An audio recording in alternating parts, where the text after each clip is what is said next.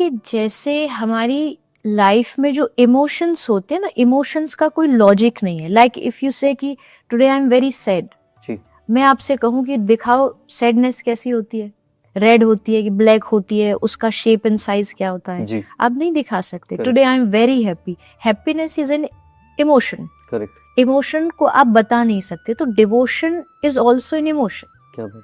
भक्ति का कोई शेप साइज, भगवान का कोई शेप साइज कलर स्वरूप होते हैं. भगवान लेते कृष्ण आ गए, राम बन के आ गए, नरसिंह बन करके आ गए, पर भगवान एक प्रकार की भावना है.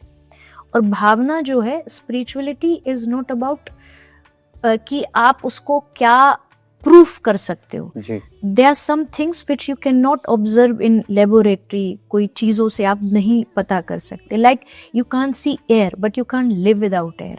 भगवान भी सेम एग्जैक्ट उस हवा के जैसे. You can't see him but you can't live without him. क्यों? क्योंकि he is inside you as a soul. आत्मा के रूप में आपके भीतर है. आप कितनी भी बड़ी बड़ी बातें कर लो कि I don't believe in God, कौन भगवान, कैसा भगवान. मैं एक ही एग्जांपल सबसे बेस्ट देती हूँ. आप अपने फैमिली में किसी आसपास नेबर में किसी को देखते हो कि ये आदमी की डेथ हो गई, आप कहोगे कि ये आदमी मर गया. आप पूछोगे कौन मर गया, उसका नाम लेगा कि फलाना वो मर गया. आप कहोगे क्या उसकी 2 आंख थी, वो कहेगा हाँ. तो इसकी 2 आंखें जो सामने पड़ा हुआ है, बोले हाँ इसकी भी 2 आंखें. 2 हाथ है, हाँ 2 हाथ है. 2 पाँव हैं, 2 पाँव है.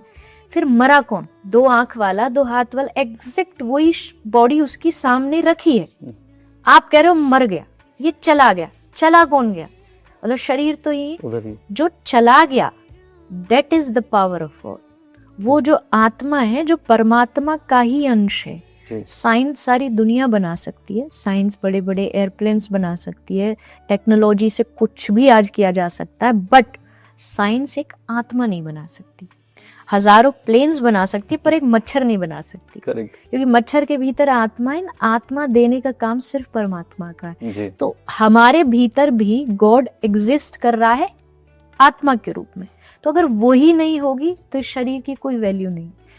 आप कितना भी कह लें कि मैं भगवान को नहीं मानता, मैं नहीं मानता, ये बुलवाने वाला भी अंदर ही बैठा है, तभी आप बोल पा रहे हो. दूसरी बात रही जो आप यंग जनरेशन की बोल रहे हो, मुझे लगता है लैक ऑफ नॉलेज. जो आज अगर वो भगवान पे क्वेश्चन कर रहे हैं जस्ट बिकॉज उनको घर में या उनके स्कूल में उनको नहीं सिखाया जा रहा कि ये क्यों ज़रूरी है. जैसे आपने कहा, आज का बच्चा चाहता है परमानेंट हैप्पीनेस, चाहता है ब्लिस, चाहता है पावर, चाहता है, but how do you get that? Correct. आप सोच रहे हो कि आप पार्टी में जा करके आपको वो सुख मिल जाएगा. मिलता भी है बट टेम्परेरी मिलता है. अभी वो परमानेंट सॉल्यूशन की ओर नहीं जा रहे. Permanent solution is spirituality.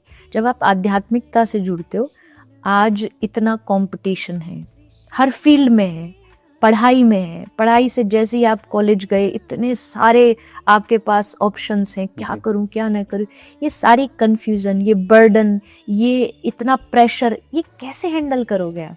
अगर मेरे बॉडी में स्ट्रेंथ ही नहीं है तो मेरी बॉडी वजन नहीं उठा सकती. वैसे ही मेरे माइंड में अगर पावर नहीं है, स्ट्रेंथ नहीं है, तो मैं प्रेशर नहीं हैंडल कर सकता. And that is the reason कि आज डिप्रेशन बढ़ रहा है, खासकर बच्चों में, क्योंकि उनकी माइंड की मेमोरी इतनी बढ़ चुकी है. थोड़ी बहुत जो मेमोरी थी उसको मोबाइल ने घेर लिया, वहां सोशल मीडिया आ गई. अब इतना प्रेशर हो रहा है कि उनसे सहन नहीं हो रहा. क्यों? क्योंकि उनको फाइट बैक करने के लिए उनके पास अध्यात्म नहीं है. तो मैं तो यही कहूंगी, कोई भी बच्चा हो, कोई भी यंग जनरेशन हो, बूढ़े हो, कोई भी हो, सबके लिए अध्यात्म तो दवाई का काम करती है. अगर आप उसको कंटिन्यूटी लेते रहोगे, आपको विटामिन चाहिए ही, आपको सप्लीमेंट्स चाहिए ही, आप खाने से लो, आप सप्लीमेंट से लो, तो वैसी आध्यात्मिकता आपके जीवन का रसायन है. वो आपको पावर देगी दुनिया की नेगेटिविटी से लड़ने.